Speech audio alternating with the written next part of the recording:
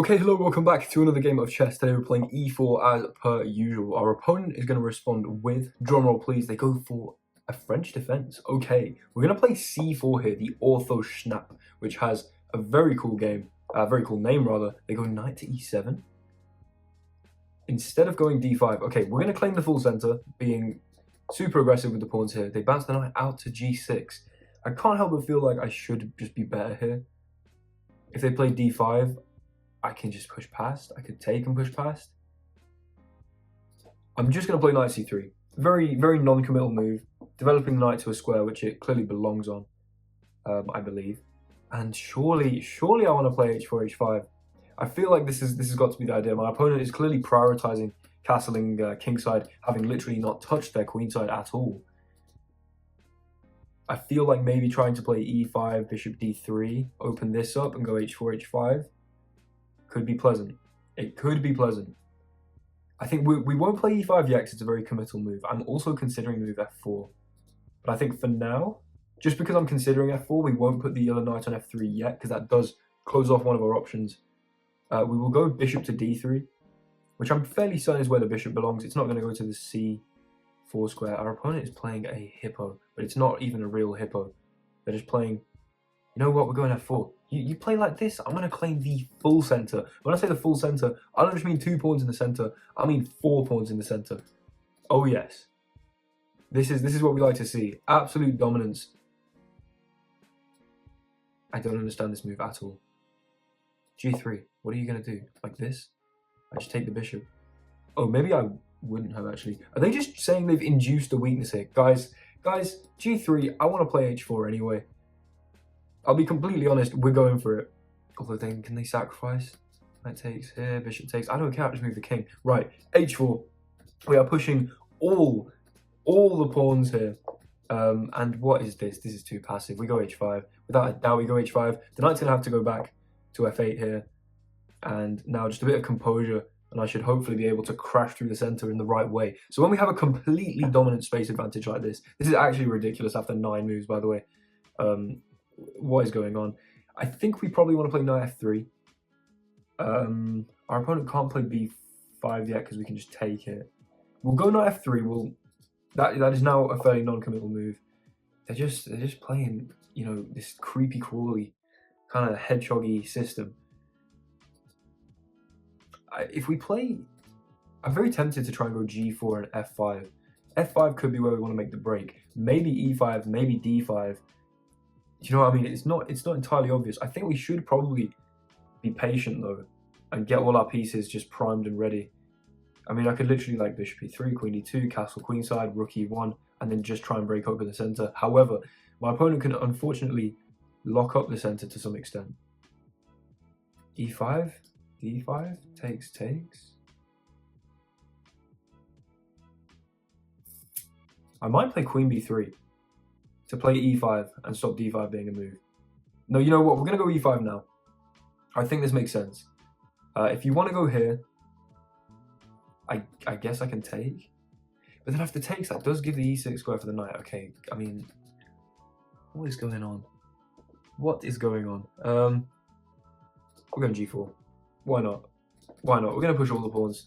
If my opponent's gonna behave like an absolute child right now, I mean, to be fair, they very much could be a child.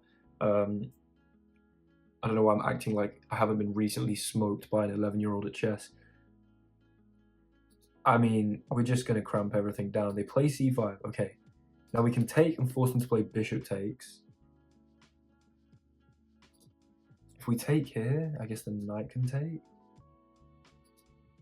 Why don't we just leave this tension? Just leave all the tension. How about that? How about playing... Wait. How about playing this? I like it. I like it. We're going to go for it. Knight to e4. With some intriguing pressure being applied to d6 here. Now, if my opponent goes d5 now, we take... Wait a second. I take... Bishop f6 is forced. Else the bishop's trapped. I mean, I'll take it. Which, I mean, I probably won't take it because this knight's gorgeous. I can then... Actually, maybe I should have done this. Maybe I should have taken this pawn. Although g5. Guys.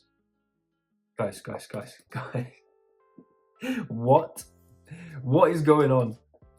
If you take, I take. And this is supported by 2 knights and a bishop. The bishop comes in here. Okay, now what? Takes. Ugh. It's just not as convincing as I'd like it to be. Takes, and like bishop f4. Takes, bishop f4. Where does the knight go? I mean, I guess you could take my bishop here.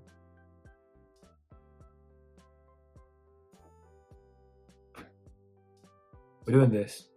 We're doing queen to a4. We're pinning the knight to the king, meaning this bishop is now under threat of being captured.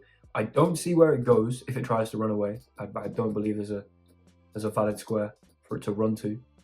You can't play b5 because I take, and if you take here, you lose a rook. You can't move the king to unpin.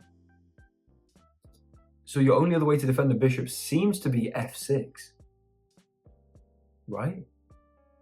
And then this diagonal is going to be so weak, ready for my bishop to hop on there. Although this knight is doing a great defensive job right now. But if f6 takes, pawn takes. Oh, f5, crazy. So now I take. Okay, yeah, but now we just take this. Now we take this. Because if you take here, I can play bishop takes. And I'm threatening putting my knight on g6, I believe. Yeah, this g6 square is outrageous. You still can't play b5. My queen exacts an outrageously sharp pin over here. This pawn is just clamping right now. You can't move this bishop. The pawns are in here. I'm gonna go knight here. And if you take, I will then take with check. You will only be able to move across. I might even kingside castle. Just to flex on you. I don't know. But this is about to get outrageous, guys, I'll be honest. Our opponent has they've tried to like turtle up. You know, this is what to do if they try and turtle up and play really passively. We are absolutely ruthlessly attacking. I don't know. Here. G5 takes. Queen a4 was really nice. I don't see what my opponent plays, and I don't think it was at all obvious. They go b5 now. That is crazy. Oh my god, because if I take, you take here. Oh, hold up. Maybe I'm takes. Oh, but 1 second. This rook's now hanging to the bishop as well. Do I play some Zwischenzug of like knight here and just hit the queen? Knight here. Like queen b6. Because if knight here takes, I take the queen. And you recapture, I take the rook. But if you don't recapture, then I guess I save my knight. Guys, this is ridiculous. I should probably take this, I think. We're going knight c6. We're going knight c6 because just look at the state of this knight. The queen has like no squares, by the way, except from b6. Or you just take mine, I take yours, and I'm attacking the rook in the process. And if you move the rook to either of the squares which the rook can go to, I go back to c6, I attack the rook again, and also attack this weak pawn here, and this pawn's weak, and this is just ridiculous space advantage, and I can probably go bishop f4, castle queenside, and just win the game. This is the plan. All these arrows, this is the plan. I mean, maybe there was a better way to do this. Queen b6. Okay, we do see queen b6. But now I take. I think.